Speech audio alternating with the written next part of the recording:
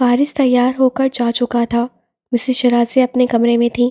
وہ کچھ دیر تک ان کے پاس بیٹھی رہی تھی۔ حماد کی ہارون شرازی کی باتیں سنتی رہی تھی۔ ریحان کمرے میں یہاں وہاں گھوم رہا تھا، اپنے کھلونوں سے کھیل رہا تھا، اپنے پاپا کی ہی تصویر کے فریم کو چھیڑ رہا تھا۔ بہت صبر اور ہمت والی خاتون تھی مسز شرازی۔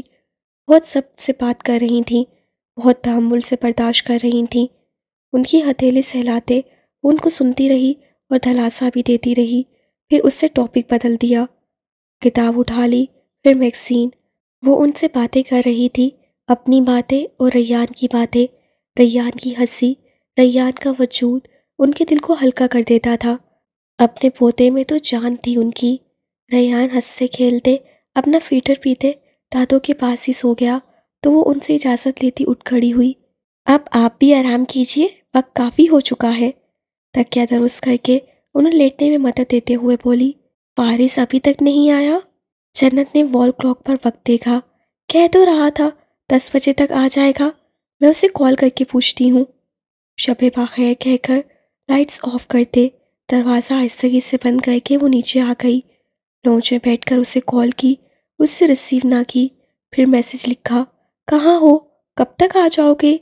غالباً وہ کسی ایسی جگہ پر تھا جہاں سگنلز کا مسئلہ تھا کہ میسج موصول ہوتے نظر نہیں آ رہے تھے۔ واٹس ایپ پر اقصیٰ آ گئی۔ وہ اپنے گاؤں پہنچ گئی تھی اور بہت خوش تھی۔ آپ کو جیدے نکمے کی تصویریں دکھاؤں آپی؟ ہاں، پھر تصویر دکھا دی۔ جیدہ نکمہ کسی ٹالی پر چڑھ کر بیٹھا ہوا تھا، کافی دلچسپ لگا۔ جیدہ اتنا برا بھی نہیں ہے اقصیٰ، اس سے ہنس کر کہا۔ اقصیٰ برا مان گئی۔ جو اسے برا لگتا ہے وہ اس کی آپی کو بھی برا لگنا چاہیے۔ شازیہ پسند کرتی ہے اسے، پتہ نہیں شازیہ کو اس میں کیا نظر آتا ہے۔ آپ کو پتہ ہے حالہ کہتی ہیں شازیہ اور جیدے کا رشتہ تو وہ کبھی نہیں ہونے دے گی۔ کیوں بھائی، تمہاری خالہ کیوں ویلن بن رہی ہیں؟ انہیں میرا رشتہ چاہیے، میں بھلا وہاں کیوں شادی کروں جن کو میری پڑھائی پر ہی اعتراض ہے؟ بالکل، تمہارے لیے تو تمہارے ابا بہت اچھا سا لڑکا ڈھونڈیں گے، اسے مسکراتے ہوئے لکھا۔ تو دوسری طرف اپنے گاؤں میں کھلے آسمان تلے چارپائی پر لیٹی اقصیٰ شرما گئی۔ ہاں، آپ بھی نا، ابھی تو میں بہت سارا پڑھوں گی اور ڈاکٹر بنوں گی۔ اس کے بہت سے خواب تھے، تو وہ بھی تو پڑھائی کے بعد ہی کچھ سوچیں گے نا۔ اقصیٰ مسکرائی، اسے اپنے ابا پر بہت پیار آتا تھا۔ فی الحال سٹڈیز پر دھیان دو اور اپنے خاندان کی سیاست کو اگنور کرو۔ اوکے آپی۔ اور جیدہ بھی کہتا ہے اقصیٰ تو پڑھائی نہ چھوڑی تاکہ اماں تیرے سے میرا بیاہ نہ کرے۔ کمال ہے، وہ ہنسی۔ اچھا آپی، صبح بات کروں گی اور گاؤں کی تصویریں بھی بھیجوں گی۔ ٹھیک ہے۔ اقصیٰ سے بات کرنے کے بعد اس سے دوبارہ فارس کو کال کی۔ اس کا موبائل اب آف جا رہا تھا۔ وہ اس کے انتظار میں راہداری میں ہی ٹہلنے لگی تھی۔ کمر پر ہاتھ رکھے آہستگی سے قدم اٹھاتے دائیں طرف دیکھا۔ سامنے طویل کوریڈور تھا، 2 دروازے تھے، ایک راہداری کے اختتام پر تھا اور دوسرا دائیں طرف۔ پہلا دروازہ اسٹور روم کا تھا۔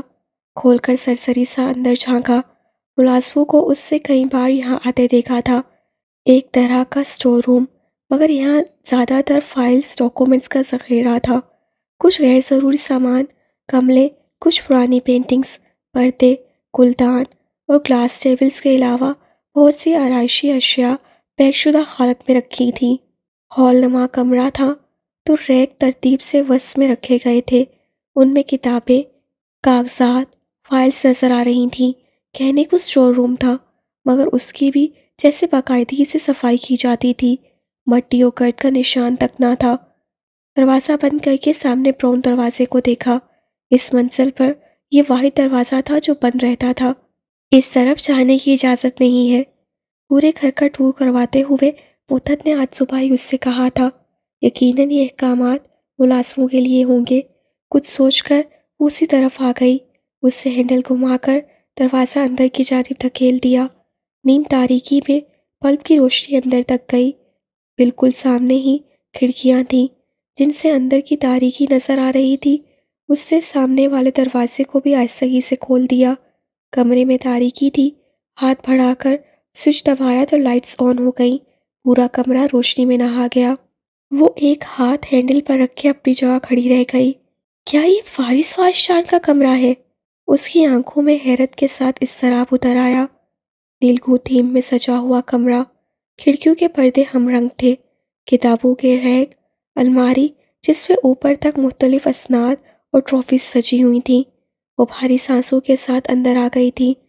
پیک شدہ کارٹنز، کچھ کھلے کچھ کھول کر بند کیے ہوئے، شیشے سے جھانکتی ٹرافیز، کچھ سلامت کچھ ٹوٹ کر جڑی ہوئیں۔ اسکول اور فارس کا نام بے حد نمایاں تھا۔ نظر آ رہا تھا وہ کتنا ذہین اور محنتی تھا۔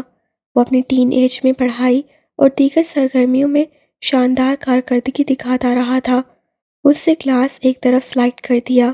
واج شان ہوش میں تو اسے بچپن سے جڑی چند اشیاء ہی نظر آئی تھیں، مگر یہاں تو جیسے اس کا پورا بچپن تھا۔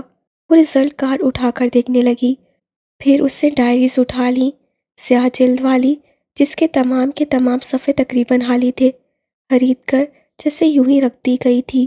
اسے سیاہ کور کے ایک کونے پر سنہری کیلی گرافی میں لکھے لفظ وون کو چھوا، پھر اسے رکھ کر باکس اپنی جانب کھینچا۔ کنارے پر رکھی کوئی شے ہل گئی۔ وہ لمحے بھر کے لیے ٹھٹک گئی کہ جس سلوار پر نظر پڑی وہ اس کی تھی، وہی نیلگو نشان، وہی سیاہ لکیروں سے جھلکتا سنہری دستہ، وصف سے جڑا سرخ نگینہ، نقرائی پلیٹ اور دستے کے ساتھ جڑی باریک سی زنجیر۔ یہ یہاں کیسے؟ اوہ! لمحے بھر کے لیے ششدر ہوئی تھی، پھر اسے سر اٹھایا۔ جس جگہ سے تلوار اٹھائی تھی اسی جگہ پر گرد کی ہلکی سی تہہ پر تلوار کی ہی چھاپ نظر آ رہی تھی، گویا وہ چیز یہاں کافی عرصے سے موجود تھی، جبکہ اس کی تلوار تو باکس میں ہمیشہ موجود رہی تھی۔ شدت سے دھڑکتے دل کے ساتھ اسے دوسری چیزوں کو الٹ پلٹ کرنا شروع کیا۔ تصویروں کے کچھ البم، مگر وہ صرف قدرتی تصویروں سے بھرے ہوئے تھے۔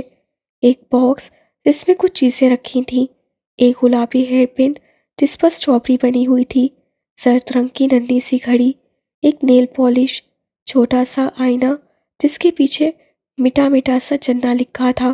جنت کمال اپنی جگہ صدمے سے گونگ رہ گئی۔ اسے سفید شیٹ میں دھرے کاغذات باہر کھینچے اور کچھ تصویریں نکل کر قدموں میں بکھر گئیں۔ ایک 7 سالہ، 10 سالہ اور 12 سالہ فارس فاشان کے ہمراہ کھڑے اس کے نانا ڈاکٹر مصطفیٰ۔ وہ آنکھوں میں بے یقینی لیے ساکت سی اپنی جگہ کھڑی رہ گئی، پتھر، حرکات اور سکنات سے مکمل آری۔ اسے لگا آنکھوں نے دھوکہ کھایا ہے۔ شاید ہر ادھیڑ عمر شخص میں اسے اپنے نانا کا گمان ہوتا تھا۔ بہت احتیاط سے نیچے فرش پر بیٹھتے ہوئے اسے کپکپاتی انگلیوں سے تصویریں اٹھائیں، انہیں قریب سے دیکھا۔ وہ اس کے نانا ڈاکٹر مصطفیٰ ہی تھے، وہی بانور چہرہ، چمکتی ہوئی روشن آنکھیں، وہی مہربان مسکراہٹ۔ وہ جس بچے کو اپنے ساتھ لیے ہر تصویر میں نظر آ رہے تھے وہ کوئی اور نہیں، فارس فاشان تھا۔ تصویروں کے پیچھے سرسبز میدان کے اس پار ایک عالی شان قصر نظر آ رہا تھا۔ اس کے ذہن کے پردوں پر دھندلی شبیہ واضح ہونے لگی۔ پھولے تنفس کے ساتھ وہ نیچے بیٹھی دیگر اشیاء نکالتی گئی۔ اس کی ڈرائنگ کا ایک ڈھیر تھا اور ہر صفحے پر اس کا نام لکھا تھا، میڈ بائے جنہ مصطفیٰ۔ ڈرائنگز میں باغ کا منظر تھا، ندیوں اور نالوں کا، اونچے پہاڑوں کا، بڑی ساری حویلی اور اس کے سامنے کھڑے ایک چھوٹے سے گھر کا۔ وہ گھر اس کا تھا، وہ باغ اس کا تھا، وہ خوشیوں بھرے پل، وہ صفحے پر بکھرے رنگ، وہ منظر میں ڈھلتی یادیں اس کی تھیں۔ نانا، جنہ اور تیسرا فرد جو ہر صفحے پر تھا وہ فارس تھا۔ اس کا دانا ہاتھ بے حادثہ لبوں پر آ گیا، آنکھیں مکمل بھر گئیں، سانس بھاری ہو گیا۔ آج تاریخ کیا ہے سلیم؟ 3 نومبر۔ ابھی 2 دن باقی ہیں۔ کیلنڈر دیکھ کر وقت کا حساب لگاتے نانا اینک اتار کر آنکھ پونچھتے، نمی کو چھپاتے کچھ سوچ کر مسکراتے۔ ایسی کیا خاص بات ہے 5 نومبر میں؟ سلیم ان کے پاس آ کر پوچھ رہا تھا۔ بابا کے دوست کا برتھ ڈے ہے۔ کس دوست کا؟ سلیم کو جیسے ان کے تمام دوستوں کے نام ازبر ہوتے تھے۔ فارس کا۔ کون فارس؟ حارث کی بات کر رہی ہو؟ مجھے کیا معلوم، کندھے اچکا کر کسی اور کام میں مصروف ہوتی وہ۔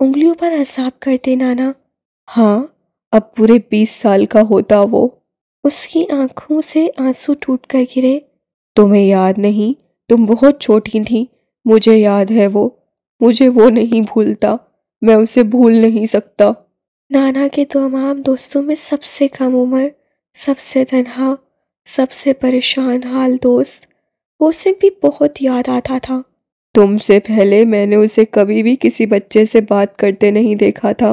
وہ اکثر کہتے تھے تمہارے ساتھ وہ بہت ہنستا تھا۔ اس کا دل درد سے پھٹنے لگا۔ حادثاتی موت تھی، کار ایکسیڈنٹ سے ہوئی تھی۔ اس کی سسکیاں بن گئیں، چہرہ تر ہونے لگا۔ بہت پیارا لڑکا تھا، بہت ویل مینرڈ اور دھیمے مزاج کا۔ نومبر کا مہینہ ہو اور نانا اپنے دوست کا ذکر نہ کرے، ایسا کیسے ممکن تھا؟ اب خیر سے آپ اسے ویل مینرڈ اور دھیمے مزاج کا تو نہ ہی کہیں۔ سلیم ان دنوں چھٹیوں پر آیا ہوا تھا۔ اچھا خاصا بدتمیز لڑکا تھا وہ، معذرت کے ساتھ۔ صرف اس لیے کہ وہ تمہیں اگنور کرتا تھا؟ صرف مجھے اگنور کرتا تھا؟ آپ شاید بھول گئے ہیں، مگر مجھے یاد ہے، اسے اس بات سے بھی مسئلہ تھا کہ میں آپ کے گھر کیوں رہ رہا ہوں۔ وہ تم سے جیلس ہوتا تھا۔ وہ ہنسے، پھر کافی دیر تک ہنستے رہے، آنکھیں تر ہو گئیں، دل ڈوب گیا، پھر چپ ہو گئے، رات کے تک چھت پر ٹہلتے رہے۔ اس کے ساتھ یہ نہیں ہونا چاہیے تھا۔ زیر لب دہراتے جاتے، وہ تو میرا بہادر بچہ تھا۔ اپنا کام کرتے، پریکٹیکلز جرنلز بناتے، وہ سب چھوڑ کر دروازے کے پاس آ کر کھڑی ہو جاتی تھی۔ وہ اسے دیکھتے تھے اور آنکھوں میں خوف اتر رہا ہوتا تھا۔ بہت دیر تک ہاتھ اپنے ہاتھوں میں لیے اسے خود سے لگا لیتے۔ خودکشی بذات خود ایک مسئلہ ہے، کسی مسئلے کا حل ہرگز نہیں۔ اس کا چہرہ اپنے نحیف ہاتھوں میں لے کر اس کی شہد آنکھوں میں جھانک کر کہتے۔ وہ تب 15 سال کی تھی۔ نانا نے پہلی بار جیسے اسے آنے والے وقتوں کی تکلیفوں پر صبر اور برداشت کا سبق پڑھانے کی کوشش کی تھی۔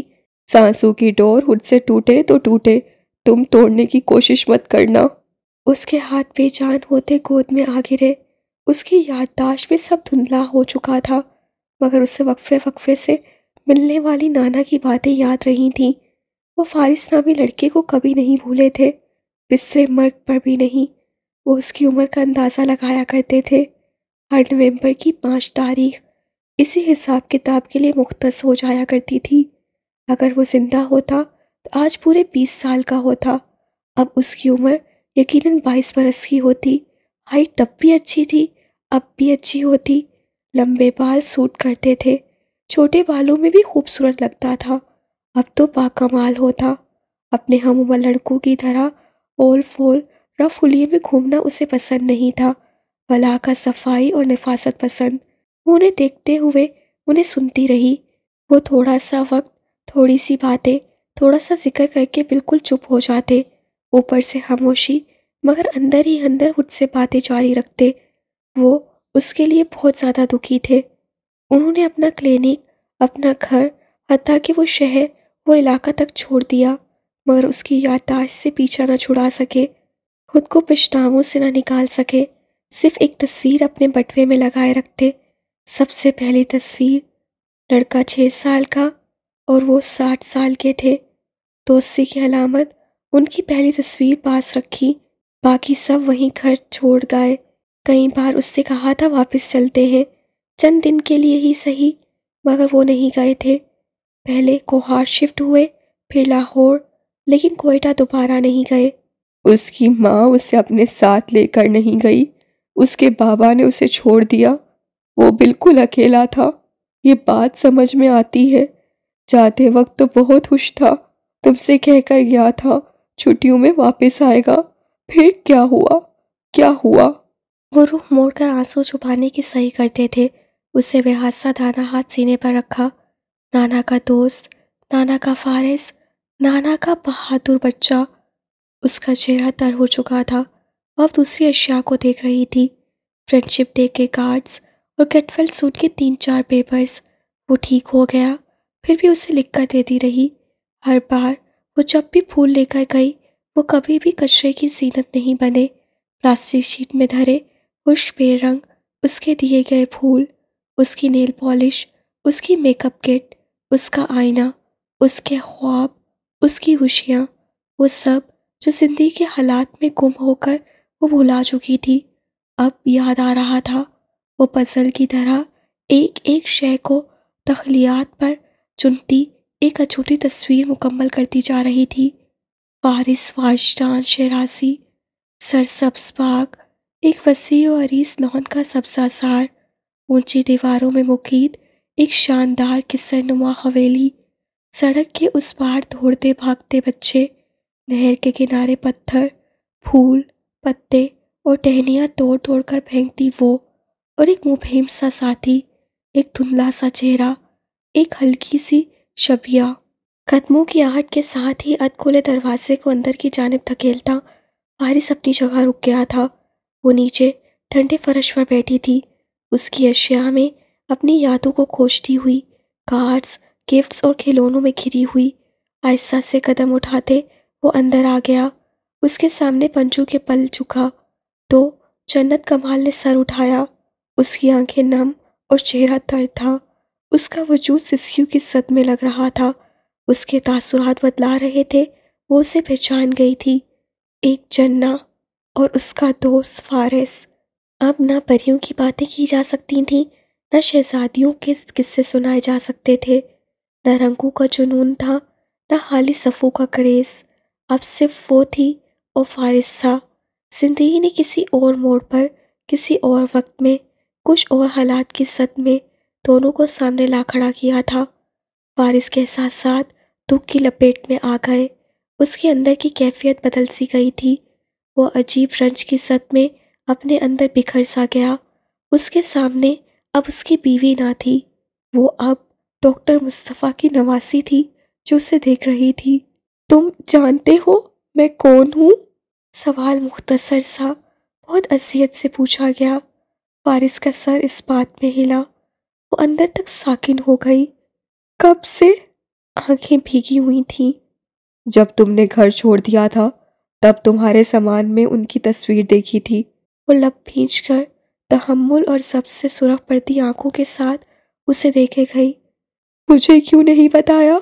شکوہ تھا، دکھ تھا، جذبات پر بامشکل قابو رکھے ہوئے تھی۔ مجھے لگا ممکن ہے تمہیں کچھ یاد نہ ہو۔ فارس کے لیے اپنے ہی الفاظ کچھ بھاری ہو گئے۔ لیکن تم تو یاد دلا سکتے تھے، تم تو مجھے بتا سکتے تھے۔ وہ رو رہی تھی، اس کا دل ڈوب رہا تھا۔ وہ ساری یادیں، وہ وقت اور لمحے، اس کا دوست اور نانا، اسے اب نانا بہت شدت سے یاد آ رہے تھے۔ جنت، اس کے لبوں سے بے اختیار نکلا۔ مجھے تمہیں خود ڈھونڈنا پڑتا ہے، مجھے تم تک خود آنا پڑتا ہے۔ کوئی پہل تم کیوں نہیں کرتے؟ تم خود مجھے کیوں کچھ نہیں بتاتے؟ اس سے فارس کا ہاتھ جھٹک دیا۔ مجھے ڈر تھا میں ڈاکٹر مصطفیٰ کی نواسی کا سامنا نہیں کر پاؤں گا۔ وہ اپنی جگہ تھم کر رہ گئی، آنکھوں میں آنسو ٹھہر گئے۔ اپنے اندر ایک دکھ، ایک کرب سا لیے وہ ہمت مجتمع کرتا اس کے پاس بیٹھ گیا تھا۔ چند ہی لمحوں میں اس کا ہاتھ اپنے ہاتھ میں لے چکا تھا، اس سے شکوہ کیا تھا۔ کوئی ابتدا وہ خود سے کیوں نہیں کرتا، تو ایک ابتدا وہ اب خود کر رہا تھا۔ بہت سی باتیں تھیں جو دل کی تھیں اور دل میں ہی رہ گئی تھیں، بہت سے اعتراف ایسے تھے جو تاحال نہیں ہو سکے تھے۔ وہ اب کہہ سکتا تھا، وہ اب اسے سب بتا سکتا تھا، وہ اس بوجھ کو اپنے دل سے ہٹا سکتا تھا، وہ اس ہلاک کو اب پر کر سکتا تھا۔ میں دوسری شادی کبھی نہیں کرنا چاہتا تھا، صرف ممی کی خواہش پر میں نے مجبوراً تم سے نکاح کیا تھا۔ مجھے تم سے نفرت تھی، صرف تم سے ہی نہیں، اپنے نکاح میں آنے والی ہر لڑکی سے ہوتی۔ تمہاری جگہ کوئی بھی ہوتی تو میں یہی کرتا، نکاح کو کانٹریکٹ رکھتا اور فرصت ملتے ہی اپنی جان چھڑا لیتا۔ میرے لیے یہ آسان تھا، بانسبت بھروسہ کرنے کے مجھے یہ آسان لگا۔ جنت آنکھوں میں درد لیے لب بھینچ کر اسے دیکھ رہی تھی، اس کی آنکھوں میں ہنسا ٹھہرا ہوا تھا، اس کی آواز سے درد جھلک رہا تھا۔ وہ بول رہا تھا، وہ اسے بولنے دے رہی تھی۔ میں رشتے، اعتبار، وفا اور محبت جیسے معاملات سے بہت آگے نکل چکا تھا۔ میری زندگی میں ان کی کوئی گنجائش نہیں تھی۔ مجھے لگتا تھا میں سخت رویہ دوں گا تو تم مجھ سے کوئی امید نہیں رکھو گی۔ میں چاہتا تھا تمہیں بھی مجھ سے نفرت ہو اور تم میرے ساتھ زندگی گزارنے کا خواب نہ دیکھو۔ تمہیں نفرت سکھاتے سکھاتے کب میں نے تم سے محبت سیکھ لی پتہ ہی نہیں چلا۔ اس کا وہ آخری جملہ جنت کی دھڑکنیں تھما گیا۔ مجھ سے صرف ایک بھول ہوئی، میرے احساسات بدل رہے تھے تو مجھے چاہیے تھا میں تمہاری ہر غلط فہمی دور کرتا، اپنے احساسات صرف دل تک محدود نہ رکھتا۔ مجھے چاہیے تھا میں تم پر اپنی مرضی مسلط نہ کرتا، مجھے تمہیں ٹائم دینا چاہیے تھا، مجھے تم پر سب واضح کرنا چاہیے تھا۔ اگر میں بات کر لیتا تو تم اس رات گھر چھوڑ کر نہ جاتی۔ وہ روانی سے بات کرتے ایک لمحے کے لیے رکا۔ اسے دکھ تھا وہ اس کے ہوتے ہوئے بھی اس طرح بے گھر کیوں ہوئی تھی، کیوں اس کی زندگی میں وہ اس طرح شامل ہوئی کہ اس کے پاس نفرتوں کے سوا اور کچھ دینے کو رہا نہ تھا۔ میں نے اپنے فیصلے کبھی نہیں بدلے، مگر تمہارے لیے میں نے اپنا ہر فیصلہ، اپنا ہر ارادہ بدلا۔ نکاح ممی کی پسند سے ہوا تھا، مگر میں نے تمہیں اپنی مرضی سے بیوی کا درجہ دیا۔ وہ اس کی گال پر ہاتھ رکھے اب آنکھوں میں دیکھ رہا تھا۔ جو میں نے کیا یا جو رویہ تمہیں دیا اسے میں کسی طور جسٹیفائی نہیں کر سکتا۔ جو غلط ہے سو غلط ہے۔ جنت کی شہد آنکھوں میں اس کا عکس جھلملانے لگا۔ میری نفرتوں میں تمہارا کوئی حصہ نہیں ہونا چاہیے تھا۔ وہ بے حد رنجیدہ تھا۔ اگر ڈاکٹر مصطفیٰ آج زندہ ہوتے اور انہیں معلوم ہوتا میں نے ان کی نواسی کے ساتھ کیا کیا تو مجھے کبھی معاف نہ کرتے۔ جنت نے بے اختیار اپنے گال پر ٹھہرے اس کے ہاتھ پر اپنا ہاتھ رکھا۔ بہت دکھ، فکر اور پریشانی سے اس کی جانب دیکھا۔ اسے جیسے اب سمجھ میں آیا تھا وہ اپنے ہول میں کیوں بند تھا۔ مجھے دنیا کا وہ آخری مرد ہونا چاہیے تھا جو تمہاری آنکھوں میں آنسو لاتا۔ تمہیں لگتا ہے تمہارا رویہ زیادہ برا تھا؟ وہ بولی تو بھیگی آواز میں ایک ٹھہراؤ تھا، لہجہ نرمی لیے ہوئے تھا۔ اپنے گال سے فارس کا ہاتھ ہٹا کر اسے مضبوطی سے تھام لیا۔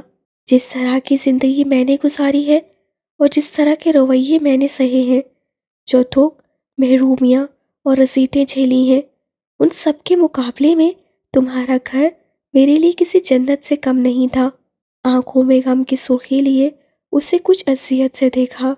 مجھے تمہارے رویے کا دکھ ضرور تھا، لیکن میں سکون سے سوتی تھی اور آرام سے پورے گھر میں پھرتی تھی، اور آنٹی تھی میرے پاس، اور کوئی کمی نہیں تھی وہاں، اور تم چپ چاپ سب سنتے، دیکھتے اور برداشت کرتے تھے، کیونکہ میں تمہاری کوئی بات مان نہیں رہی تھی۔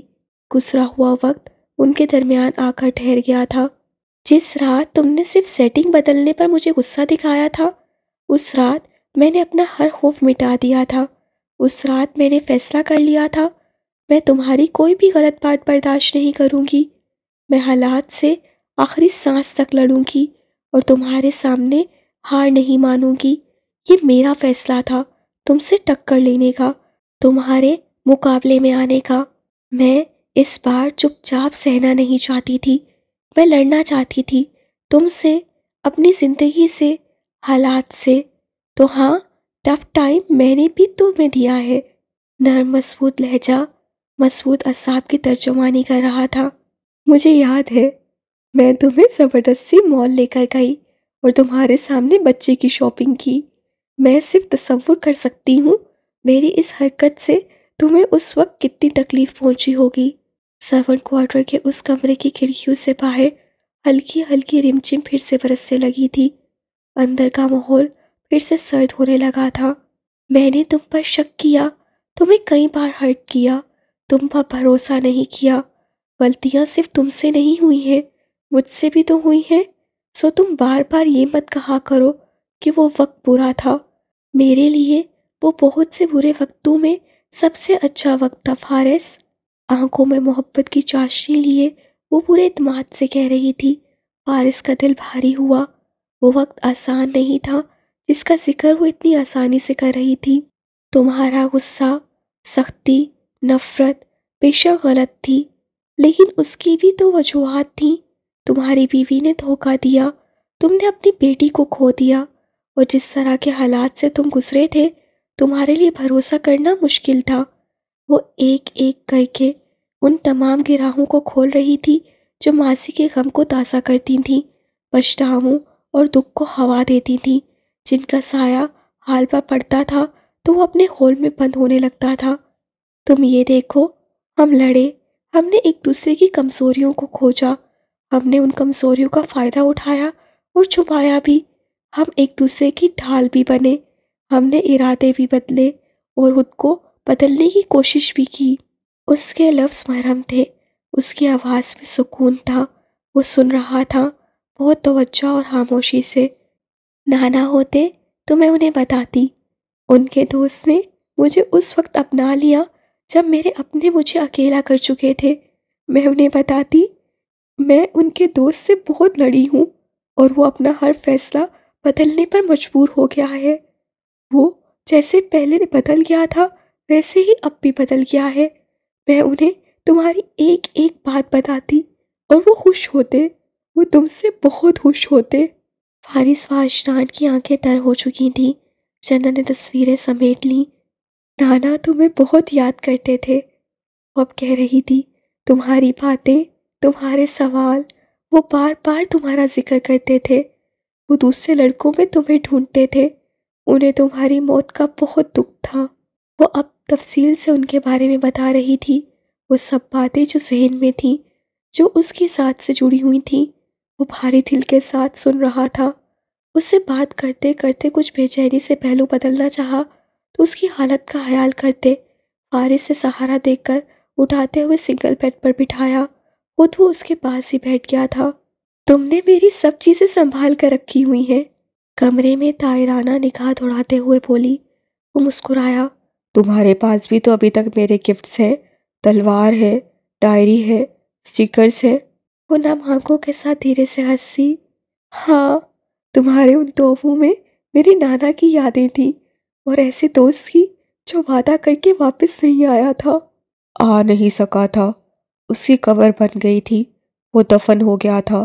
آنکھوں میں نمی لیے اسے دیکھ کر رہ گئی، پھر اس کے کندھے پر سر رکھے اس کے بازو پر گرفت مضبوط کر لی۔ بہت مشکل وقت تھا۔ بہت۔ کیا میں تمہیں یاد آئی؟ پھولوں کو دیکھ کر، ہاں، ہمیشہ۔ جنت کے لبوں پر مسکراہٹ آ گئی، صرف پھولوں کو دیکھ کر؟ 2 پونیوں کو دیکھ کر بھی۔ وہ نم آنکھوں کے ساتھ ہنسی، اور کب؟ جب مسز گرانٹ کی نواسیاں ہیری کو دیکھنے آئیں تب بھی۔ Mrs grant? وہ کون ہے؟ لندن میں ہماری نیبر ہے۔ اور ہیری؟ وہ راہم کا طوطا ہے۔ اور راہم کون ہے؟ وہ بھی بس کچھ ہے۔ کوئی انوکھی مخلوق ہے کیا؟ یہی سمجھ لو۔ مسکرا کر اس سے اطراف میں ایک بار پھر نگاہ دوڑائی۔ تمہارے کمرے میں ہر چیز کتنی ترتیب اور صفائی سے رکھی ہے فارس۔ اس سے بھی دیکھا، سر اٹھا کر اور بہت تکلیف سے۔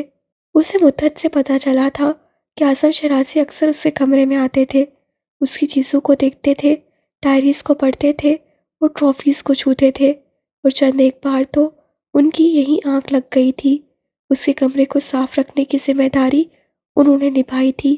اس نے درد سا محسوس کرتے خیالات کو جھٹکنا چاہا۔ فارس، اس سے آہستہ سے پکارا۔ I am so sorry. کس لیے؟ میں تمہیں بہت ہرٹ کرتی رہی۔ وہ گردن موڑ کر اسے دیکھنے لگا۔ میں اپنی من مانی اس لیے نہیں کرتی تھی کہ تمہیں دکھ پہنچے، میں صرف اپنا گھر بچانے کی کوشش کر رہی تھی۔ اس کی آنکھوں میں دیکھ کر آسانیت سے بولی۔ وہ نرمی سے مسکرایا۔ تم نے پہلے بھی میری بات نہ مان کر میری زندگی بدل دی تھی، اب بھی تم نے وہی کیا۔ اپنے بازو کے گھیرے میں لیتے وہ آہستہ سے گویا ہوا۔ جنت کی دھڑکن تیز ہوئی۔ 15 سال پہلے تم نے مجھے جینا سکھایا تھا، 15 سال بعد بھی تم نے وہی کیا۔ کوئی بچی اگر اپنے ماں باپ کی مشترکہ نفرت کو سہتے ہوئے بھی ہنس سکتی ہے، کھیل سکتی ہے، شرارتیں کر سکتی ہے، تو میں کیوں نہیں؟ اور کوئی لڑکی اگر اپنی میرج فیلئر کے بعد، سخت الزام اور خاندان بھر کی نفرت سہنے کے بعد بھی اتنی پازیٹیو ہو کر میرے ساتھ اپنی نئی زندگی کا آغاز صادق دل اور چاہت سے کر سکتی ہے، تو میں کیوں نہیں؟ وہ اس کی آنکھوں میں دیکھ رہا تھا۔ اپولوجائز، معافی۔ تو مجھے کرنا چاہیے۔ وہ آنکھوں میں محبت کا تاثر لیے اسے دیکھ رہی تھی۔ وہ نانا جیسا تھا، بہت شفیق اور مہربان سا، اپنی غلطیوں کا ادراک کرتا، انہیں سمجھتا ہوا، خود کو بدلتا ہوا، جینے کی کوشش کرتا ہوا۔ چلیں، یہاں بہت ٹھنڈ ہے۔ فارس سے کہا تو آواز بھاری تھی۔ یہ کمرہ بہت سی ایسی یادوں سے بھی جڑا ہوا تھا جو اس کے اعصاب پر بھاری پڑ رہی تھیں۔ جنت سر ہلا کر اٹھ گئی۔ کمرے سے باہر نکلتے ہی دروازہ بند کرتے کرتے وہ رک گیا۔ کھڑکی کے عین نیچے وہاں وہ تھا، اور روتے ہوئے بیڈ کے نیچے بھی، چھپا ہوا سا، اور آنکھیں رگڑ رگڑ کر صاف کرتا، اور بہادری سے رونے پر قابو پاتا ہوا بھی۔ اس کے تاثرات ایک دم سے خوف اور وحشت میں بدل گئے۔ جنت کو اس لمحے شدت سے احساس ہوا، اس سے یہاں آ کر تکلیف دہ یادوں میں اسے ایک بار پھر دھکیل دیا ہے۔ دروازہ بند کر کے فارس کا بازو گرفت میں لیا۔ چلے؟ اس سے چونک کر اسے دیکھا، پھر اس کے ساتھ آگے بڑھ گیا، اور ماضی کا فارس وہیں کہیں اندھیرے میں اپنے بستر کے نیچے چھپا رہ گیا تھا۔ خاموش ویران کمرے میں بچپن کی یادیں سسکیوں سمیت وہیں کہیں سرد فضا میں ٹھہری رہ گئی۔ گھر پہنچ کر انہوں نے خود کو کمرے میں بند کر لیا۔ خبر ایسی نہ تھی کہ خاندان بھر میں نہ پھیلتی۔ شام میں سب بہنیں وہیں اکٹھی ہو گئی تھیں۔ پشمانی کا تاثر ہر ایک چہرے پر نظر آ رہا تھا۔ آپی! حفصہ قالین پر دیوار کے ساتھ ہی بیٹھی ہوئی تھی۔ ان کے بچے پریشان ہو رہے تھے۔ یہ ہم نے کیا کر دیا؟ انہوں نے اپنا سر ہتھیلیوں پر گرا لیا تھا۔ ایمان سامنے ہی کرسی پر بیٹھی تھی، اس کا سر جھکا ہوا تھا، آنکھیں مکمل تر تھیں۔ نفیسہ کی وفات پر سب سے برا رویہ اس کا تھا، سب سے زیادہ سختی بھی اس سے دکھائی تھی۔ غم اور غصے سے روتے چیختے ہوئے جنت کو امی کے قریب بھی نہیں آنے دیا تھا۔ انہوں نے ماں کو کھو دیا تھا، وہ غم اس وقت دل چیر رہا تھا، وہ مرحومی اس وقت بہت بھاری تھی۔ بھری دنیا میں بالکل تنہا لاوارث ہو جانے کا تصور ان کے حواس مفلوج کر گیا تھا۔ وہ سب بہنیں نرم ہو احساس کرنے والی اپنی ہی سگی بہن کے لیے پتھر اور بے حس ہو گئی تھیں۔ وہ بھی جنت کو ہر تکلیف کا ذمہ دار ٹھہرانے لگی تھیں، ہر مصیبت اور پریشانی کو اس کے وجود سے جوڑنے لگی تھیں۔ وہ بے گناہ تھی، جنت بے گناہ تھی۔ حفصہ روتے ہوئے دہرا رہی تھیں۔ ہانیہ نے بہت دکھ اور بے بسی سے انہیں دیکھا۔ کسے علم تھا بے گناہی یوں ثابت ہوگی اور جنت کمال پر سے ہر الزام ہٹ جائے گا۔ آپی، ہم بھی تو جن حالات سے گزرے ہیں وہ… ماریا کے لب ہلے۔ کوئی حجت، دلیل، کچھ تو ہو جس سے وہ خود کو بری کر سکے، مگر الفاظ گم ہو گئے۔ جو ظلم جنت کمال کے ساتھ ہوا تھا وہ کسی طور پر جسٹیفائی نہیں کیا جا سکتا تھا۔ اپنی سگی بہن کو لاوارث کر دینا کسی طور بھی مسئلے کا حل نہیں تھا۔ کسی اور سے پہلے ہم جنت کے مجرم ہیں، ہم اسے اپنی ہر تکلیف اور مصیبت کا ذمہ دار سمجھتے رہے، ان لوگوں کے درمیان ہنسی خوشی رہتے رہے جن کی وجہ سے ہمارا یہ گھر جہنم بنا، تباہ ہوا، جن کی وجہ سے امی نفسیاتی مریضہ بن گئیں۔ ایمان نے آہستہ سے سر اٹھا کر انہیں دیکھا۔ تم سب چھوٹی تھیں، میں تو چھوٹی نہیں تھی۔ آنکھوں میں ہنسا لیے، روتے تڑپتے ماضی کے وہ تمام عناصر آنکھوں میں لیتے بہت دکھ سے لب بھینچ کر بولی، مجھے دائی امی کی، بڑی چچی کی، دادی کی، پھپھو کی، سب کی باتیں، سب کے طنز، سب کی نفرتیں یاد ہے۔ وہ سب امی کو باتیں سنانے، ان کی بے بسی کا مذاق اڑانے آتی تھیں۔ نفیسہ اور کمال کی بیٹیاں اپنی زندگی میں ایک خلا سا لیے بالکل خاموش کھڑی تھیں۔ وہ بہت گرو سے بڑی بہن کو دیکھ رہی تھیں۔ امی چپ چاپ سنتی تھیں اور چھپ چھپ کر روتی تھیں۔ بابا کا رویہ ہمارے ساتھ کیسا ہوتا تھا ایمان؟ اب کہ اسے مخاطب کیا، یاد نہیں ہم کیسے ان سے ڈرتے تھے اور ان کے گھر آتے ہی کمرے میں چھپ جاتے تھے، بات تک کرنے کی ہمت نہیں ہوتی تھی، ذرا سی غلطی پر مار پڑ جاتی تھی۔ دادی پورے گھر کا ماحول جہنم بنا کر رکھتی تھیں، ہر وقت ان پر طنز کرتی تھیں۔ بیٹیوں کی لائن لگا رکھی ہے، ابو کو دوسری شادی کا مشورہ کتنی بار دیا گیا۔ کمرے میں سکوت چھایا ہوا تھا۔ وہ تب سادے اسی وقت کے دائرے میں اسی طرح زندگی کو ایک بار پھر جیتا ہوا دیکھ سکتی تھی۔ ہر بار ہم میں سے کسی نہ کسی کی پیدائش پر لوگ افسوس کرنے آتے تھے۔ اماں کتنے دنوں تک لاپرواہ رہتی تھیں، بچی کو اٹھا کر دیکھتی تک نہیں تھی۔ سب کہتے تھے ہماری ماں بد نصیب ہے، منحوس ہے، بیٹیوں کو دنیا میں لا رہی ہے۔ وہ رو رہی تھی مگر کوئی خوشی کا اظہار نہیں کرتا تھا، امی بھی نہیں۔ ہر وقت کی ٹینشن میں کہاں یاد رہتا تھا خوش ہونا چاہیے، جب زندگی ان کے لیے عذاب ہی ہماری وجہ سے تھی۔ سسک پڑی، آنکھیں رگڑ ڈالی۔ بابا کی پہلے ایک دکان تھی، پھر دوسری آ گئی، پھر انہوں نے اسٹور کھول لیا تھا، انہوں نے پلاٹ خرید لیا تھا۔ گھر کے حالات کچھ اچھے ہو رہے تھے۔ کسی نے نہیں کہا یہ بیٹیاں نصیب لائی ہیں، رزق لائی ہیں، بابرکت ہے اس گھر کے لیے۔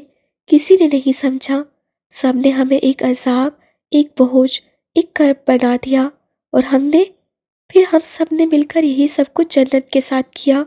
ہم بھول گئے ہماری مجرم تو جنت کبھی تھی ہی نہیں۔ جو مجرم تھے ان کے ساتھ مل کر ہم نے جنت کو اکیلا کر دیا۔ ایمان نے کچھ اذیت سے آنکھیں میچ لی تھیں۔ مجھے امی کا رویہ کبھی نارمل نہیں لگا۔ پہلے وہ ہم سے الجھتی رہیں، پھر حسنین پیدا ہوا تو ٹھیک ہو گئی، اور جب حسنین نہیں رہا تو اپنی نفرتوں کا رخ جنت کی طرف کر لیا۔ اور ہم 6 بہنوں نے ایسا ہونے دیا۔ ہم نے کبھی بھی امی اور جنت کے درمیان فاصلہ کم کرنے کی کوشش نہیں کی۔ ہم نے کبھی امی کو نہیں سمجھایا، ہم نے کبھی نانا سے نہیں کہا وہ جنت کو واپس لے آئے۔ انہوں نے آنکھیں صاف کی، ہم اسے خود سے دور کرتے رہے۔ اپنے سسرال میں وہ لاوارثوں کی طرح رہی۔ تایا کی پوری فیملی نے اسے جس طرح سے ذہنی ٹارچر کیا، کیا ہم اس بات سے واقف نہیں تھے؟ کیا ہم میں سے کوئی اس کی مدد کو گیا؟ کیا ہم میں سے کسی نے اس کے لیے اسٹینڈ لینے کی کوشش کی؟ وہ کتنی بار یہاں آئی امی سے ملنے، امی نہیں ملی۔ ہم تو مل سکتے تھے، بات کر سکتے تھے، سہارا دے سکتے تھے، کیا ہم نے دیا؟ ایسی بے حسی پر، خود غرضی پر وہ خود کو جتنا ملامت کرتی کم تھا۔ ہانیہ نے کچھ شرمندگی سے سر جھکا لیا۔ اس کی شادی ہو گئی، ہم نے ایک بار بھی پلٹ کا خبر نہیں لی۔ اس سے گھر چھوڑ دیا، تب بھی نہیں۔ کوئی اتنا پتھر دل بھی ہوتا ایمان؟ یہ ہمیں کیا ہو گیا تھا؟ وقت اور حالات کچھ ایسے ہو گئے کہ جنت کمال کو اپنی بہن سمجھنا ہی انہیں کسی گناہ سے کم نہیں لگتا تھا۔ اس کا مشکوک کردار سب کی زبان پر رہتا تھا۔ اس کی ذات کے قصے بڑھا چڑھا کر سنائے جاتے تھے۔ اس سے جانے کن حالات میں گھر چھوڑا، مگر یہی پھیلا دیا گیا وہ کسی اور کے ساتھ بھاگ گئی ہے۔ اسے تو خبر بھی نہ ہوگی کتنے افسانے تھے جو اس پر گھڑ دیے گئے تھے، کتنے الزام تھے جو اس پر دھر دیے گئے تھے، اور اس کی اپنی سگی بہنوں نے سر جھکا لیا تھا۔ ہم نے بھی وہی کیا جو امی کرتی رہیں، جو ابا کرتے رہے، جو پورے خاندان نے کیا۔ ہم نے بھی نانا کی تربیت پر سوال اٹھا دیا، ہم نے بھی سچ مان لیا۔ ایمان اٹھ کر ان کے پاس آ بیٹھی تھی۔ یہ غم کہ انہوں نے جنت کو آخری وقت میں اپنی ماں سے بھی ملنے نہیں دیا تھا، یہ غم، یہ دکھ اب دل کو چیر رہا تھا۔ زخم گہرے تھے جو انہوں نے اسے دیے تھے۔ مسیح کر کے اپنی بہن کو بہت بری طرح سے توڑا تھا انہوں نے، دھتکار کر علیحدہ کیا تھا، بہت نفرت سے تعلق ختم ہوا تھا۔ بھلے سے اس کی زمان سے شادی ہو یا کامران سے، کسی کو کوئی فرق تک نہیں پڑا تھا۔ وہ چچا کے گھر کس حال میں تھی کسی کو ذرا احساس نہیں ہوا تھا۔ جس سے شادی کر رہے تھے وہ 17 برس بڑا تھا اس سے، انہیں کچھ بھی نہ ہوا۔ اپنی عدت کے دنوں میں ٹیرس کے ویران کمرے میں جانے کیسے اس سے وقت گزارا ہوگا۔ وہ سب تو اکٹھی تھی، ایک دوسرے کو سنبھالنے اور سہارا دینے کے لیے بھی۔ اس مشکل گھڑی میں طلاق کی اذیت اور ماں کی جدائی کا غم سہتے ہوئے اس سے کیسے سنبھالا تھا خود کو۔ سب کو غلطی کا احساس شدت سے ہو رہا تھا۔ جنت کمال مجرم اور گناہگار ہوتی تب بھی اسے اکیلا نہیں کیا جا سکتا تھا۔ اس کی زندگی کا فیصلہ دوسروں کے ہاتھ میں نہیں دیا جا سکتا تھا۔ اس رات انہوں نے نم آنکھوں سے باری باری سب کو دیکھا۔ امی نے اپنے آخری وقت میں جنت کا نام لیا۔ ایمان نے گہرے غم اور صدمے سے ان کی طرف دیکھا۔ وہ بات نہیں کر پا رہی تھی لیکن اس کا نام لے رہی تھی۔ مجھے کچھ سمجھ نہیں آیا، کاش میں جنت کو اسی وقت ہاسپٹل بلوا لیتی، کاش۔ خوش لبوں کو تر کرتے آنکھیں رگڑ کر صاف کی۔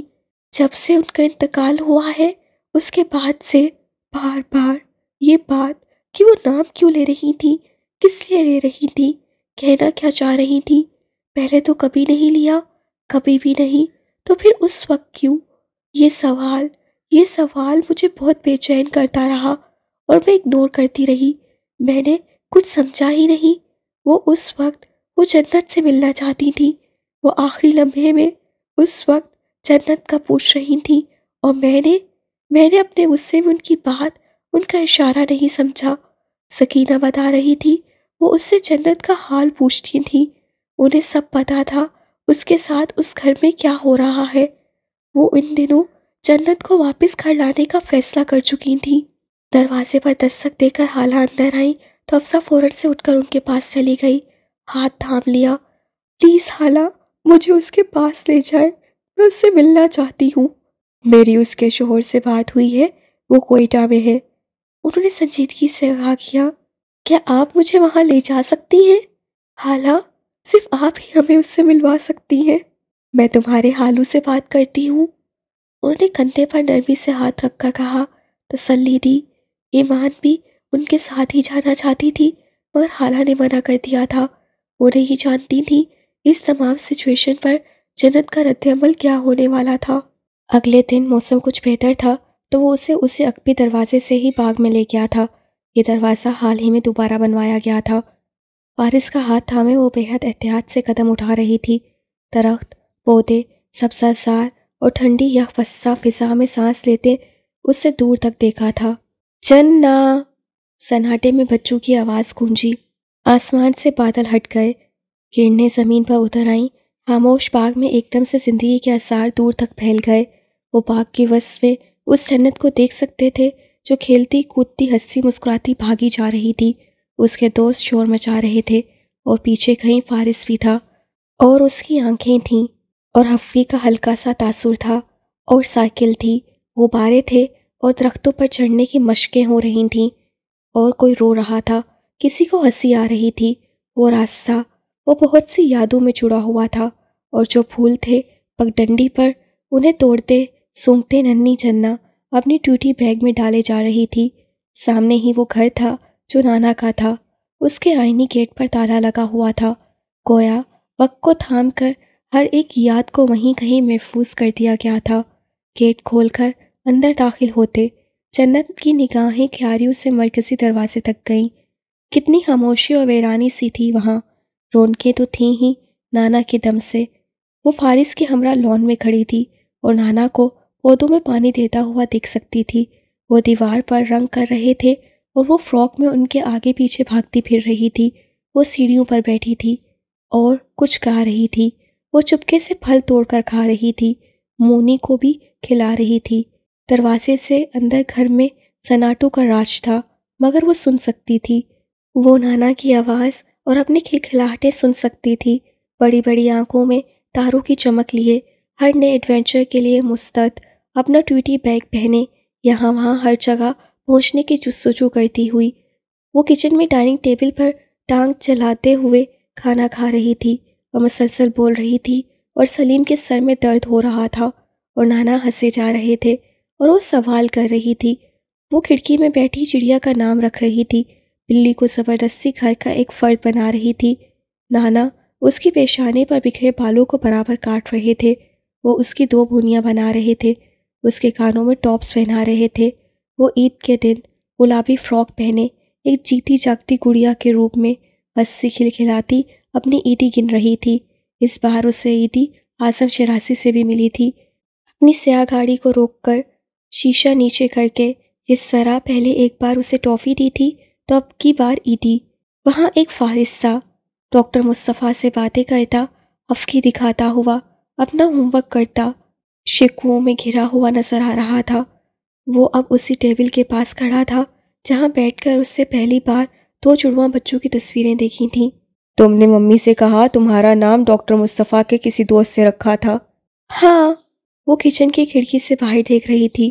وہ میں تھا، تمہارا نام میں نے رکھا تھا۔ ایک جھٹکے سے پلٹ کر اس سے فارس کو دیکھا، بے یقینی سے۔ تم نے رکھا تھا؟ ہاں۔